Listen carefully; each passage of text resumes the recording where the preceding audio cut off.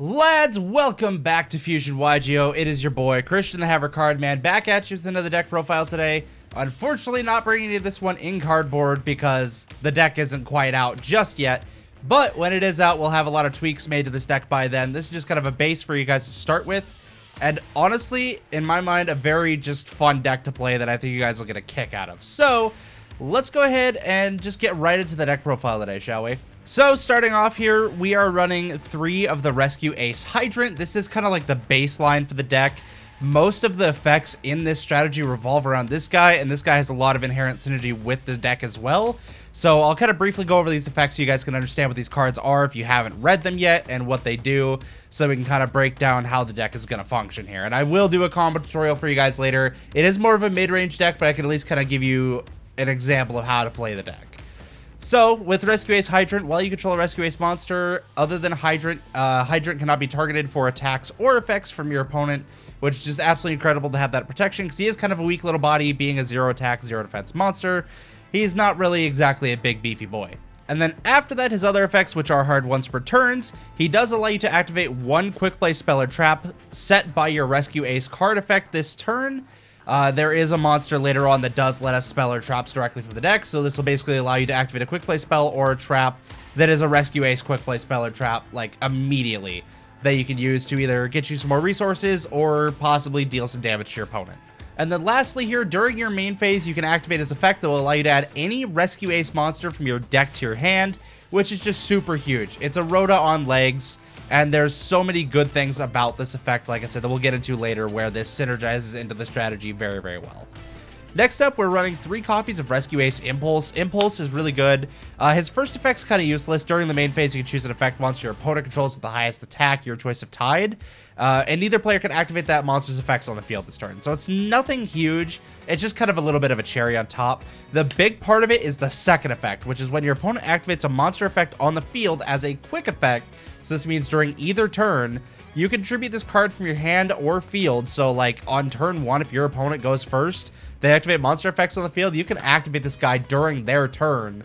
So when you do tribute this, you get a special summon 1 Machine Rescue Ace monster from your deck. Any Machine Rescue Ace, which all of them except for 2 monsters are machines.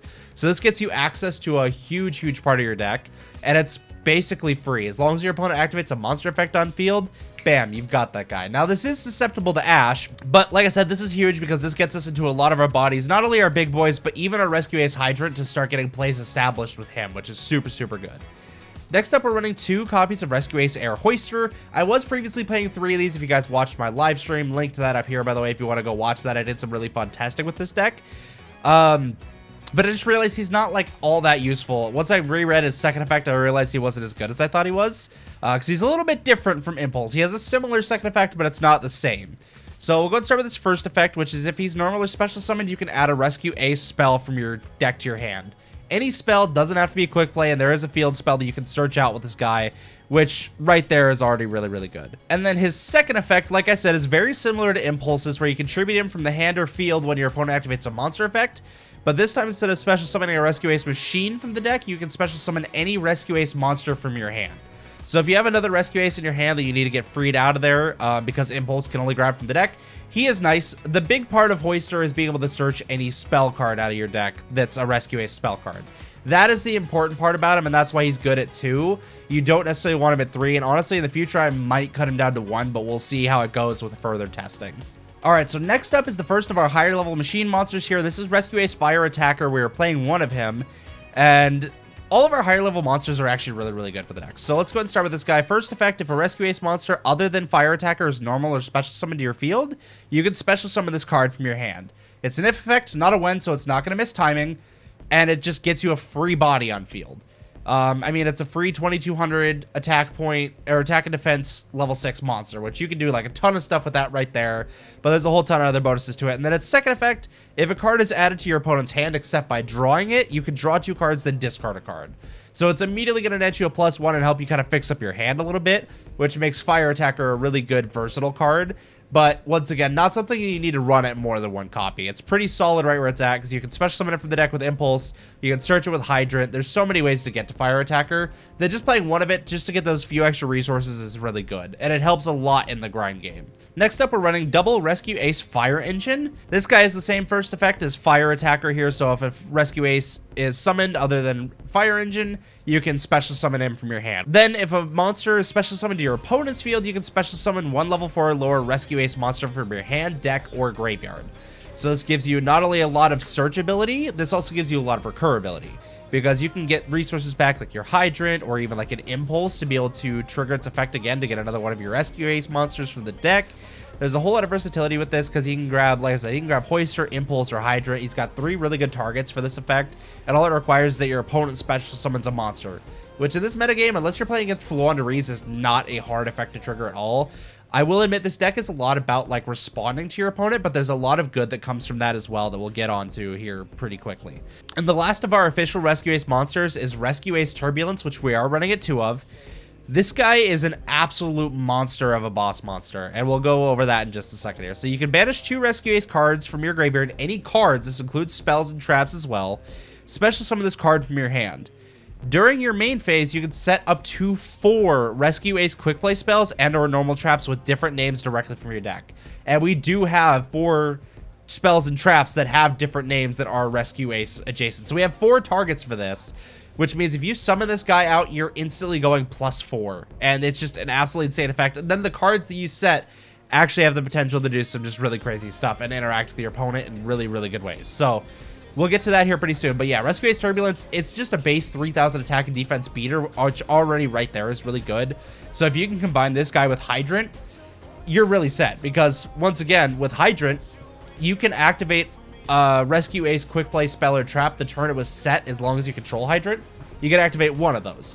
So Turbulence, you set 4, you can activate one of those right away, and then you have 3 to use on your opponent's turn. This deck is really, really good at being able to grind and being able to just be a mid-range strategy. So to the rest of our monsters here, the kind of honorary Fire Rescue Ace at this point, because it just gets you Hydrant, is Gizmek Naganaki, the Sunrise Signaler. And this guy, basically, you can distribute a machine monster whose attack equals its own defense and special summon from your deck when a machine monster whose attack equals its own defense with a lower level than attributed monster. So if you normal summon Gizmek Naganaki, you contribute itself and it'll be able to special summon Rescue Ace Hydra from the deck, because something you'll notice with all of our Rescue Ace monsters is all of their attacks equal their defense. So they synergize really well with Gizmek cards. I'm only playing Naganaki for right now because I want to do some more testing with the rest of the Gizmeks. There doesn't seem to be a whole lot of good inherent synergy with the rest of them, but like I said, I definitely want to test that more to see if there's something there, because that cannot be a coincidence that that has that synergy with the attack and defense matching and them all being machines. So I would definitely like to look into that further. Next up for hand traps, we're just running 2 Ash and 2 Nibiru for our monsters, because these are cards that really hurt this deck, and they're good for crossout targets, and they're also just good against a lot of the strategies in the current format right now, so they're worth playing. Alright, so on to the spells and traps. We'll start off with our Rescue Ace quick play spells here. So we have 3 copies of Alert. And one thing to note about these spells and traps is that in their effects, they are listed as this card is always treated as a Rescue Ace card. So they are targets for Turbulence, and you don't have to worry about that one bit. They just don't have Rescue Ace in the actual card name. But with Alert, you get to add 1 Rescue Ace monster from your graveyard to your hand, or if you control Rescue Ace Hydrant, you can add 1 Rescue Ace monster from your deck to your hand instead. So it starts off as a monster reincarnation, but then it can turn into a Rhoda if you have Hydrant on field. So if you basically open this and Hydrant, and then you have double Rhoda right there, because Hydra can search you a monster, and then you have Alert to help search you a monster. So you can get a lot of plays online just from that right there, which is just absolutely incredible. Next up is 2 Rescue. Once again, always treated as a Rescue Ace card. This one, you get to target 1 Rescue Ace monster in your graveyard, or if you control Hydrant, you can target 1 monster in your opponent's graveyard instead, special summon it to your field. So free monster reborn, if you have Hydrant on field, you can actually use it to snatch a monster out of your opponent's graveyard. So it's kind of like an in-archetype DD Crow that's even better, because instead of just banishing the monster, you get to summon it to your field and use it as your resource. And the best part about it is it doesn't negate anything, it doesn't stop you from making attacks with the monster. So you can do a lot of like really dumb things by being able to steal stuff out of the graveyard, and I just absolutely love that fact. So, like I said, there's a lot of fun things that Rescue can do here, and it's a really good card. Next up is our field spell here, Rescue Ace Headquarters. And first effect, while your opponent controls a monster, Rescue Ace monsters you control gain 500 attack and defense. So once again, more depending on your opponent, but a lot of these effects that you get off rely on your opponent having stuff anyways. So getting that 500 attack and defense boost is really good. That makes Turbulence a 3500 beater, which there's not a whole lot in the format outside of like Axis Code or Boral Sword that could really like attack over that naturally. Doesn't sound like much on the surface, but it really does add up quickly. Secondly, during your main phase, you can normal summon one Rescue Ace monster in addition to your normal summon or set.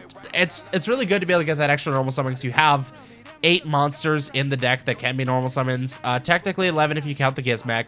So what you could do is, if you have to use the Gizmek as your main normal summon to get Hydrant, you can actually still use that to get another Rescue Ace normal summon after you use the Gizmek Naganaki. And then Hydrant can actually search you out whichever one you need. So there's definitely some good plays there. And the last thing for the field spell here is you can target 4 of your Rescue Ace cards that are banished and or in your graveyard, shuffle them into the deck, then draw 1 card. And I love the specification of card in here because that means you can do monsters, spells, and trap cards, which means your grind game is always on as long as you have this card. And it doesn't even say that it can't recycle itself. So if you get one of these on field and you have one in graveyard or that got banished by like a Cosmic Cyclone or something, you can recycle it and be able to keep your plays. Like, this deck can essentially grind infinitely. And that is what I think is so incredible about this deck. It's just its ability to grind like no other. For the rest of our spells here, we are running 1 Heartbeast Feather Duster with 3 Cosmic Cyclone, just because this deck does have problems dealing with back row.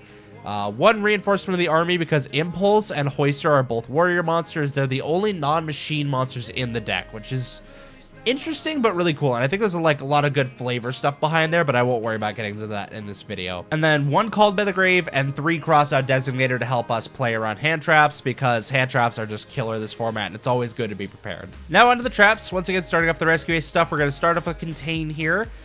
If you control a Rescue Ace monster, you target 1 effect monster your opponent controls. This turn, that effect monster cannot attack. Its effects are negated. Also, if you control Rescue Ace Hydrant, it cannot be used as material for a Fusion, Synchro, Exceed, or Link Summon. I like to think of this as the anti-Alistair trap card because literally everything about this just shuts down Invoked. If you hit their normal summoned Alistair with this, they're not searching for the invocation. They're not able to use Alistair as fusion material or link material to get it off the field to make it usable for fusion material. It just is anti-Alistair, and I absolutely love it. And once again, this is another case where it depends on Hydrant to get the bonus abilities out of it. But on the surface level, it's already basically an infinite impermanence, which is really good. And it also prevents the monster from attacking as well, which is just another added bonus. A lot of really good stuff with Contain there. Next up here is Extinguish. Same condition as always treated as a Rescue Ace card. If you control a Rescue Ace monster, target 1 effect monster your opponent controls, destroy it, and if you control Rescue Ace Hydrant, this turn your opponent cannot activate the effects of the destroyed monster or monsters with the same original name. So once again, surface level, you're getting a 1-for-1 trade with a pop. But then if you also have Hydrant, then this allows you to get around floating effects. So say, for example, if you chain this in response to an opponent activating DPE, then you'll be able to pop it, and if you have Hydrant on field, then that DPE won't be able to activate its graveyard effect to revive a Destiny Hero monster during the next standby phase, effectively turning that DPE off. And there's just a lot of good applications with this and being able to stop floating effects, as well as if an opponent is using like cards with soft ones per turns, we'll say, for example, Scrap Golem. If they're using something like that, they won't be able to use any other monster with that name for the rest of the turn. So it just shuts off a whole line of play for like quite a few decks, actually. There's a lot that have that kind of stipulation. And if nothing else, once again, being able to get around floating effects is already a huge thing in this metagame. Like, you look at Despia and how many of their fusion monsters float, and being able to stop those, like, you could pop a Mirror Jade with this and not have to worry about its floating effect. How good does that sound? Like, that to me sounds incredible. So I think this is a really good trap card. Once again, only need to play most of these at 2 though, just because of the field spell being able to recycle any of them at will, and then having Turbulence be able to reset them. Like, they're so easy to get to.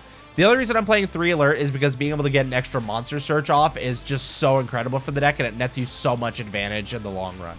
But last up for the deck here, all we're playing in the main is 2 copies of Infinite Impermanence, which, I mean, that's really all you need. Once again, another cross-out target that's really good for the deck. You could also play Valor.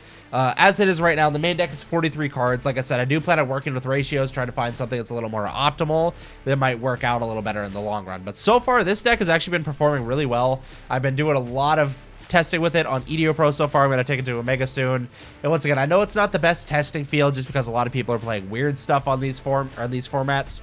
But once I get the cardboard version, I plan to test it a lot there too, because this deck is just something that I have been looking forward to forever.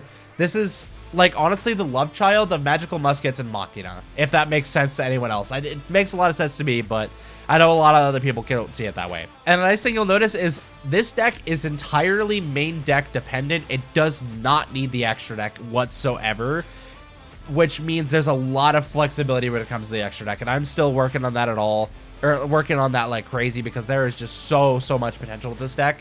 And I've actually been messing around with a Machina version of this, where you can make a lot of like rank 8 and like higher level plays that aren't just link monsters. But for right now, I just kind of threw a bunch of generic link monsters in here that are a good toolbox to kind of help me play around things. So I won't worry too much about going over the entire extra deck. I'm just going to point out a couple of options that I think are really good for this deck and that you guys could definitely benefit from. So a big one is definitely the Nightmare package, at least like Nightmare Phoenix specifically, because dealing with background in this deck is a really hard thing to do inherently. So having that little bit of extra removal is really helpful. But that's nothing really spicy. A tech that I really do like for this deck, though, is Hida, the Fire Charmer Ablaze, because all of our main deck monsters except for Naganaki and Nibiru are fire monsters. So we get really easy access to Hida, and one of the biggest staples in the modern Yu-Gi-Oh! Format is Ash Blossom and Joyous Spring, which means you can use Hida to start link climbing up, if nothing else, to be able to get you into like a Nightmare Unicorn, or, you know, a whole bunch of different plays that you can use to link climb up further by just stealing an opponent's Ash Blossom from the graveyard. It's kind of another way to punish them back for punishing you.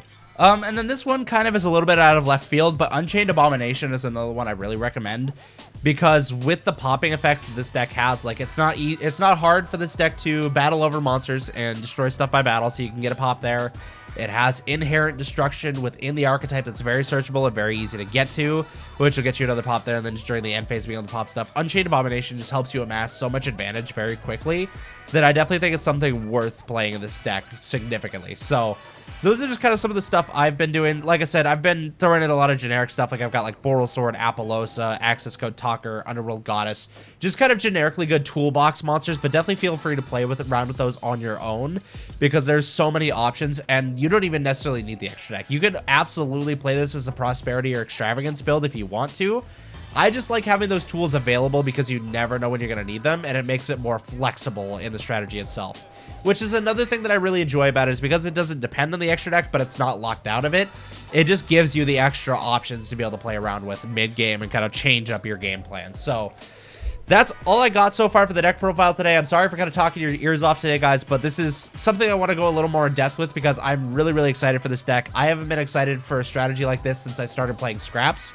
So I imagine you guys can figure out how much I'm in love with this deck already, just as it is. So expect to see more of this in the future. I'll have more profiles on it later on and more streams doing like testing and silly stuff like that I think you guys will love. So if you enjoyed the video today, don't forget to hit that like and subscribe button down below for more in the future. Patrick's got some really cool stuff brewing as well, so stay tuned for all of that. And I will catch you guys all in the next video. Thank you so much for joining in today, and remember, good fun. Have luck.